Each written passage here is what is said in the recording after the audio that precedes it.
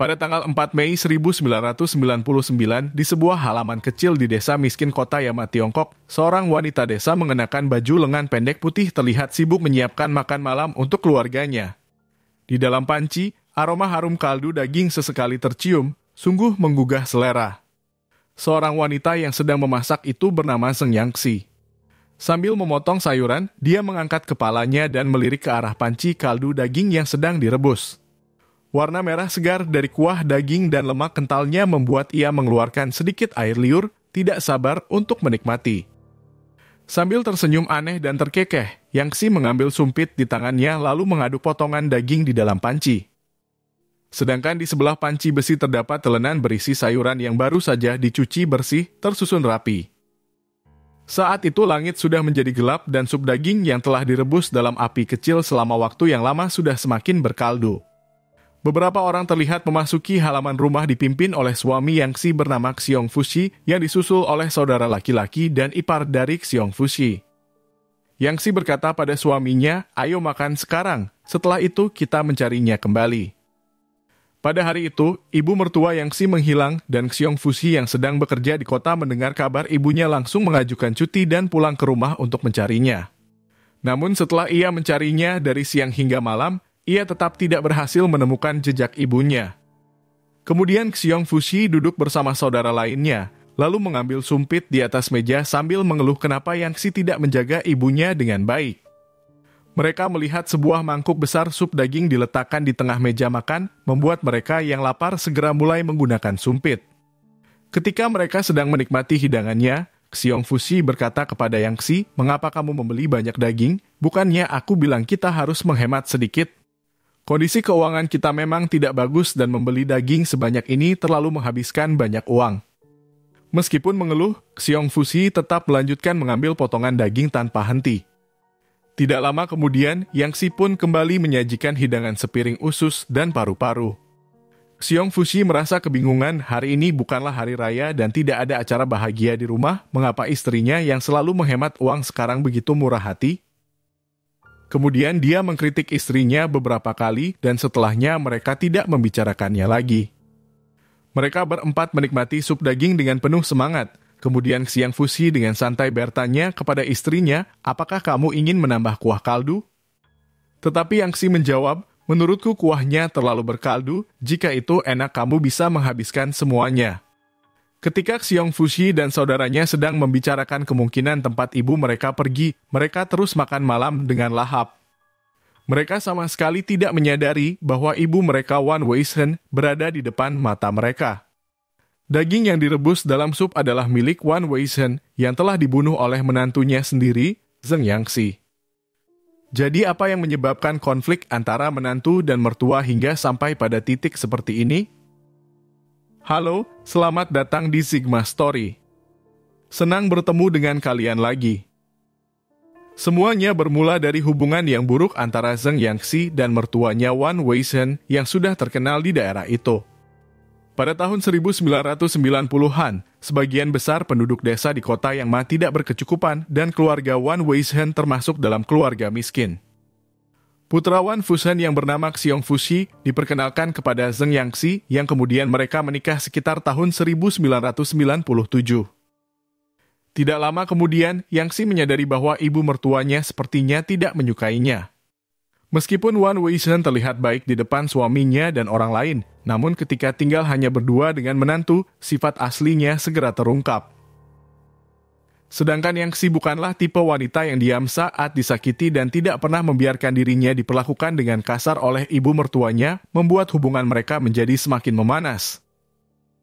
Hingga pada tahun kedua, Yangxi melahirkan seorang putri, dan hal ini semakin memberi alasan kepada mertuanya untuk membuat banyak kesulitan padanya. Wan Weishen sering menghina Yangxi dengan menyebutnya sebagai ayam yang tidak bisa bertelur, dan akhirnya kekerasan fisik pun terjadi terhadap menantunya.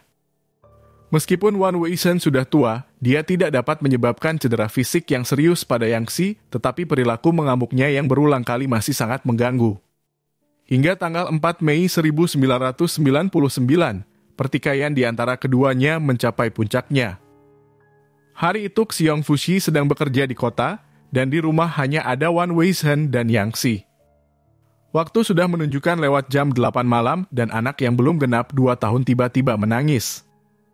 Mendengar tangisan itu, Wan Weishan langsung berlari ke kamar menantu dan mulai memarahinya, apakah kamu tidak tahu bagaimana merawat anak? Sudah umur 2 tahun masih sering menangis, bahkan tidak memberi susu pada anakmu. Wan Weishan sangat emosional dan suaranya sangat keras. Setelah mendengar keributan itu, sang anak semakin menangis dengan suara yang lebih keras. Yang Si merasa kasihan pada putrinya, ia tidak menahan emosi dan membalas balik dengan mengutuk ibu mertuanya. Melihat sang menantu berani mengutuk di rumahnya, Wan Weishan tanpa ragu langsung menyerang Yang Si dengan memukul dan menggigitnya. Yang Si yang sedang diserang segera meletakkan putrinya di tempat tidur, lalu berbalik dan mulai berkelahi dengan ibu mertuanya. Wan Weishan yang sudah hampir berusia 70 tahun, tentu saja dia tidak bisa mengalahkan menantu yang berusia 24 tahun. Berakhir tersudut dalam kondisi yang kurang menguntungkan, Wan Weishan berusaha berlari ke halaman berniat meminta pertolongan. Perubahan situasi membuat Yang Si merasa khawatir akan menarik terlalu banyak perhatian tetangga, sehingga ia meraih tangan mertuanya dan mendorongnya jatuh ke tanah. Dia kemudian dengan keras mencekik leher Wan Weishan hingga pingsan. Meskipun demikian, Wan Weishan belum meninggal, namun Yang Si merasa khawatir suaminya akan bertengkar dengannya dan merasa merepotkan serta mahal untuk membawa mertuanya ke rumah sakit. Jadi tanpa ragu dia berbalik mengambil palu besi di sudut dinding dan mulai menghantam kepala mertuanya. Setelah berulang kali mengayunkan palu, ibu mertuanya sudah tidak lagi bernafas.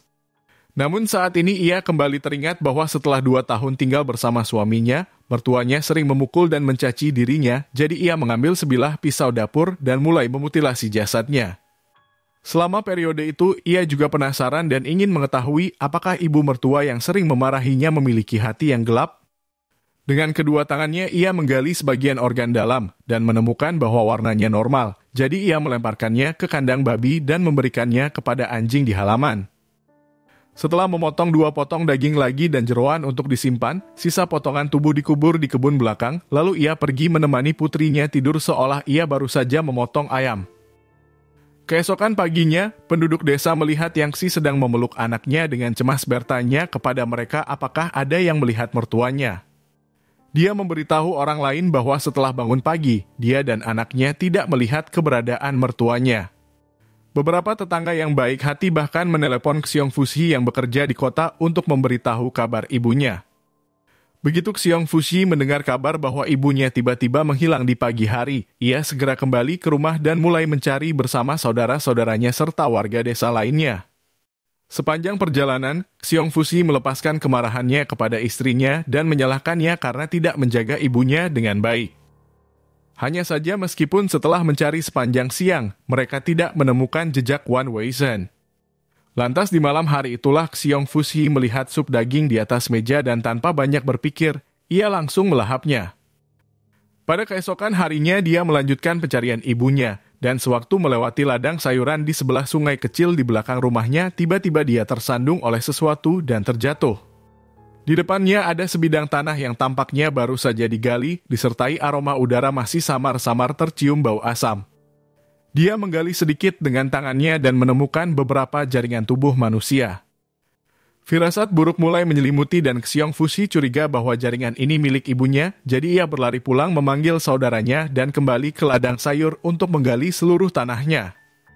Pada saat itu, kondisi mayat Wan Weishan belum sepenuhnya membusuk. Meskipun bagian kepala masih terkubur, mereka masih dapat mengenali wajahnya. Penemuan ini membuat mereka yakin bahwa ibu mereka sengaja dikubur di sana oleh seseorang, jadi mereka bergegas memanggil polisi.